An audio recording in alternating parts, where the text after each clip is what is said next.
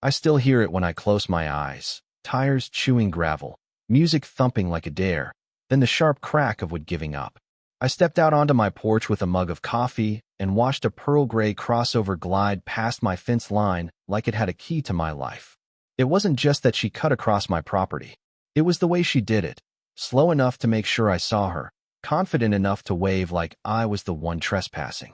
My private drive sign was lying face down in the dust, split clean at the post like a snapped bone, and behind tinted glass sat a woman in oversized sunglasses smiling like she'd just won something. That was the moment I stopped being neighborly. Not loud, not dramatic, just done. Because if you've ever built something with your own hands, you know the exact second someone turns your pride into their shortcut. And once you feel that, you don't unfeel it. My name's Carter Wynn. I'm not a rancher in the Hollywood sense. No cowboy hat collection, no dramatic sunsets staged for Instagram. I'm just a guy who bought a slice of land outside a small town in eastern Oklahoma. The kind of place where people still wave at stop signs and your dog gets recognized before you do. 15 years ago, I scraped together enough money to buy 40-some acres and an old farmhouse that leaned a little to the left like it had opinions. The dirt lane that runs from the county road to my barn isn't public, isn't shared, isn't community access. It's mine. I graded it myself, filled the washouts after storms, hauled gravel in the back of a beat-up truck until the suspension whined. Also, feed deliveries could make it down without sinking to the axles. That lane is my daily routine, my quiet, my proof that sweat can turn dirt into something dependable. For 15 years, nobody touched it. Then the subdivision arrived. Across the creek, a developer carved out a shiny new neighborhood and named it something that sounded like a candle scent, Silver Meadow Estates. No meadows, no silver, just rows of matching houses, perfect lawns, and a stone entrance sign that probably cost more than my tractor. Along with it came the HOA, and with the HOA came the queen bee. Her name wasn't on the sign, but you could feel it in the air, Mallory Dean. The first time I saw her, she was standing at the edge of the new community fence in a crisp white blouse, clipboard tucked under her arm like it was a badge. She watched my side of the creek the way people look at empty lots, like it's just space waiting to be organized. I didn't think much of it. Folks move in, folks look around. Whatever. But then I started noticing tire tracks. Fresh ones. Not on the county road, not near the creek crossing, right down the center of my lane, like a breadcrumb trail leading back to a gate at the far end of the subdivision. I told myself it was someone lost. It happens. Then it happened again. And again. Same time, same direction, same speed, like a commuter ritual. Every morning around 7:25, a gray crossover would pop out near my back pasture, roll onto my lane, and shoot toward the highway to shave off a few minutes from whatever curated schedule she had going on. The third day in a row, I stood there with a bucket of grain in one hand, just staring, half convinced I was misreading reality. You know that feeling when someone is so bold it makes you doubt yourself? Like maybe you missed a memo, maybe you're the crazy one. Then she waved. A small, casual flick of fingers, like we were friends and I was the doorman. So I did the polite thing first. I made a sign. Big letters. Private property. No through traffic. I planted it at the bend where you can't miss it unless you're actively choosing not to. The next morning, that crossover came through anyway. 10 minutes later, I found the sign tossed behind my hay stack, snapped at the base like somebody enjoyed the sound. That's when I realized it wasn't ignorance. It was entitlement with a manicure. The next day, I waited. Parked my truck across the lane near the bend, arms folded, coffee gone cold. At 7:27 on the dot, here she came. Music up, sunglasses on. She slowed when she saw my truck, rolled down her window halfway, and smiled like she'd practiced in a mirror. "Morning," she said. "Are you Carter?" "I am," I said. "And this is private. You can't drive through here." She tilted her head, like I'd said something adorable. "Oh, come on. We're neighbors. It's just a road." "It's my road," I said, keeping my voice calm. "You're cutting through my property. You broke my sign." She sighed like I was exhausting. "I'm sure it was an accident. Look, our board is working on some things. We'll get it sorted. No need to be intense." "Our board," she said, like the HOA was a government and she was the governor. Then she gave that same little wave, rolled the window up, and eased around my truck like she was navigating a mild inconvenience, not a boundary. And as she passed, Her tires kicked dust right into my face. That night, I got a letter in my mailbox. Not from the county, not from a lawyer. It had the Silver Meadow HOA logo on top and was printed in a font so bubbly it looked like it belonged on a birthday invitation. Dear Mr. Wynn, it said, the association has voted to recommend your access lane be considered part of the community's shared travel corridor for safety and connectivity. It went on about mutual benefit, harmonizing local infrastructure, and a line that made my stomach tighten. Obstruction may be considered non-compliance with neighborhood standards. Neighborhood standards. On my land. I sat on the porch staring at that letter until the sky went dark. I wasn't even angry in a hot way yet. I was defended. Like someone walked into your house, sat in your chair, and told you should be grateful for the company. I could hear frogs down by the creek, a distant train horn, and way off in the night, the soft purr of that same crossover near the back gate, like a threat that could wear perfume. For a few days, I tried to handle it the right way. I called the HOA office number. It went to voicemail. I emailed. I got an auto reply. I called the county to confirm my parcel lines and got the usual, we can't give legal advice. Meanwhile, the shortcut traffic didn't just continue, it multiplied. One morning I counted 3 cars. Then 4. The lane started rutting up again. My cattle spooked at engines. My dog started barking at dawn like it was his job. And every time, Mallory's crossover led the parade like a drum major. Then came the Friday. I was mending fence near the creek when I heard voices. Not 1 or 2, a whole crowd. I looked up and saw a cluster of people on my side of the water, standing in folding chairs like they were at a little picnic. There were clipboards. There were balloons. Somebody had a cooler. And right in the middle, Mallory Dean stood in a bright coral blazer, holding a megaphone like she was about to start a parade. A banner was zip-tied to my fence. It read, Community Access Vote, Building a Better Tomorrow. I walked up slow, trying to process the audacity without letting my blood pressure pop a gasket. Mallory spotted me and lit up like I was the guest of honor. Perfect timing, Carter, she chirped into the megaphone. We're finalizing the vote.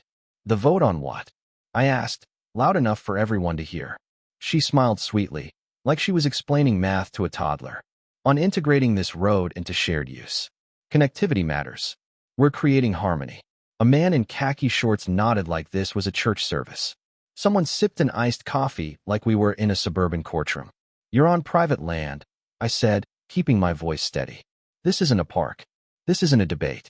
Get off my property. Mallory laughed. Oh, don't be dramatic. The HOA charter allows us to make recommendations. Once we file with the county, it's basically a formality. That word, formality, was the match. My patience didn't explode. It cracked.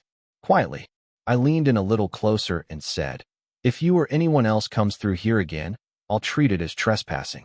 I'll call the sheriff. And I'll document everything. She lowered the megaphone and gave me a look that was all syrup and steel. You'll regret choosing conflict over community. That night, another letter showed up. This one was glossy, color-coded, and somehow even more smug. It fined me $100 a day for creating unsafe conditions near the community boundary, because earlier that week I'd scraped a shallow drainage ditch along my lane to keep rainwater from washing it out. A ditch. On my land. The letter called it unauthorized excavation. It also demanded immediate access for emergency preparedness. Emergency preparedness. Like my dirt lane was the last line of defense against the apocalypse. At that point, I knew I had 2 options. Roll over and let an HOA turn my property into their commute, or make it physically impossible without hurting anyone. I wasn't trying to get somebody killed. I just wanted consequences to finally show up on time. So I called my friend Jace. He's the kind of guy who owns equipment most people rent, and he laughs at the exact moments you'd expect a reasonable person to say, "Are you sure about this?" When he picked up, I said, "You ever feel like teaching a lesson with a machine?" He paused for half a beat, then said, "How deep we talking?" We didn't build a trap. We built a statement. Right after a blind bend where the lane dips, we carved a wide, shallow trench, the kind you'd dig for drainage, not the kind you'd fall into and disappear. Then we covered it properly for an active work site. Bright stakes, reflective tape, a big orange marker on my side. From the subdivision side, it still looked like the same smooth lane they'd been stealing. Because they weren't supposed to be approaching from that direction anyway. If they respected the boundary, they'd never even see it. We set up a couple trail cams too, not because we wanted internet fame, but because I'd learned something about bullies and blazers. They rewrite reality the second it benefits them. I wanted receipts. The next morning, we sat on my porch like we were waiting for fireworks. Coffee, lawn chairs, the kind of quiet that feels like the world leaning forward. Right on schedule. I heard it, bass thumping, tires buzzing, the faint sound of someone on speakerphone talking like they were giving a TED talk on personal empowerment. Mallory's crossover appeared over the rise, sunlight flashing off her chrome, yoga mat on the passenger seat, iced latte in the cup holder. Jace leaned toward me and whispered, $20, she's late to some self-care class. I didn't even answer. I just watched. She hit the bend too fast. Didn't slow. Didn't hesitate. And when her front tires rolled onto that covered trench, I heard the warning creak. Then the sudden, honest crack of physics taking over. The front end dropped hard, not violently, just enough to slam down and stop. Dust puffed. Her horn blurted once like a startled goose. And then, oh man, her scream. Mallory threw her door open and stumbled out, covered in powder from her airbag, sunglasses crooked, latte spilled down the front of her coral blazer like a beige justice stain. She looked around like the earth had betrayed her personally. This is sabotage, she shrieked, holding up her phone like it was evidence. You tried to kill me. 15 minutes later, the sheriff arrived. Deputy Ron Ellis, a tired-looking man with the calm of someone who's seen every version of human nonsense and is no longer impressed. He took one glance at the crossover nose down, one glance at Mallory flailing like a weather vane in a hurricane, and then looked at me. Morning, Carter, he said. Tell me you didn't dig a moat. It's drainage, I said, and handed him my property survey. Private land. She's been cutting through for weeks. I marked the work area. Mallory jumped in front of him like she could block the law with indignation. That's a public access road now. Our board voted. Deputy Ellis raised one eyebrow. A board vote doesn't rewrite deed lines, ma'am. But it's for the community, she insisted. He pointed at the survey. This is not your community. This is his property. You drove into an active work area you weren't supposed to be near. Mallory looked like she might short-circuit. Arrest him. File charges. He's harassing me. Deputy Ellis sighed the way a parent sighs when a toddler tries to negotiate bedtime. You're free to file a report, he said. But right now, you need a tow. The tow driver showed up, took one look, and said, Lady, this ain't coming out easy. By afternoon, it took heavy equipment to lift her vehicle out without ripping the front end apart. And the whole time, Mallory paced, yelling into her phone about lawsuits, safety standards, and toxic rural aggression. That night, she sent another letter. This one claimed I owed the HOA a daily fine for creating hazards. She even cited a county ordinance number that, when I looked it up, turned out to be about recycling bin placement. That's when I stopped playing defense and went on offense the boring way, paperwork. Next morning, I went to the county clerk's office and asked for every recorded easement and development agreement tied to the subdivision parcel. The clerk, a sweet older woman with reading glasses on a chain, didn't even pretend she wasn't curious. Oh, she said, you're the dirt road guy. A couple hours of digging through dusty folders later, I found it. An old development condition from decades back. When Silver Meadow Estates was approved, the developer agreed, in writing, to build their own access route and not use neighboring agricultural lanes as cut-throughs. Black ink, county seal, still valid. In plain English, they were never supposed to touch my lane. Ever. I hired a real attorney that same week. Not somebody's cousin consulting in night classes. A real one. We sent a cease and desist to the HOA, attached the county document, included still frames from the trail cams, photos of my broken sign, and a timeline of every incident. And the funniest part? The second the legal language showed up, the neighborhood got real quiet. Suddenly Mallory wasn't waving through tinted windows. Suddenly the shortcut traffic vanished like it had never existed.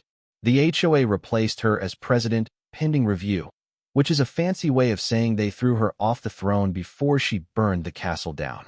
A month later, I heard she listed her house and moved to another state where she could live among people who respect community values.